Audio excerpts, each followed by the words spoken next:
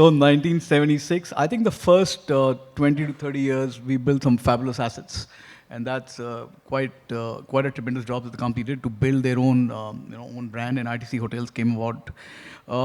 I think there was a need when we felt that when you consolidated yourself, you got your own call centers, you got your own distribution, you got your own loyalty, you got your own people. Now was the time to step out and do what the others were doing, and that's when we started the path called the asset right.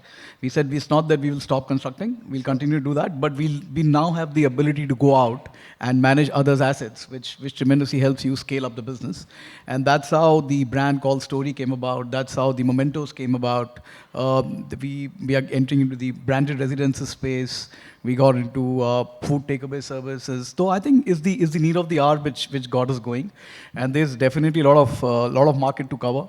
Well, you say the pace is good, or I still feel that we can run much faster. All CEOs say that. We've signed like 60 hotels in the last 2 years. We've opened 29 across all brands. So it's a very interesting phase actually. What India is going through right now. There are plenty of opportunities for all the brands.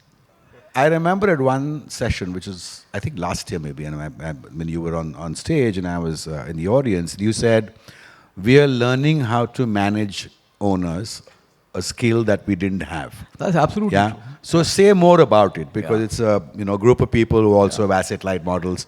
What was the learning, and why was it necessary to run? So I think when the brand we actually ran was Fortune. Mr. Kumar is sitting here. He was the one in our company who was actually technically managing a brand which managed the assets for other owners. But there was no formal education. There was no formal setup. We ran our own trails, we dealt with our own people, we dealt with our challenges, we had to report to our CMCs or our management committees. When you start dealing with owners, somebody mentioned it earlier also, I think he's trusting you with his property. He's giving you the asset in your hands, you got to guard it, you got to, you promise him certain amount of GOPs and EBITDAs. You need to make sure that happens. So it's not just management of an owner. Owners can be, I've always told them, I always still believe that any hotel that you run, we are two sides of the same coin. If the operator and the owners do not get along well, it's not going to happen. I must say this, because when we opened this new brand called the Mementos, our first hotel was in Udaipur, and this owner trusted me when we didn't even have the brand announced. After several meetings, he agreed that, okay, we'll sign with you. And he said, I'll leave no stone unturned on the property, and I think he's done a remarkable job. A property which is 20 kilometers away from where people want to get married and commanding similar kind of price what anybody around the lake would.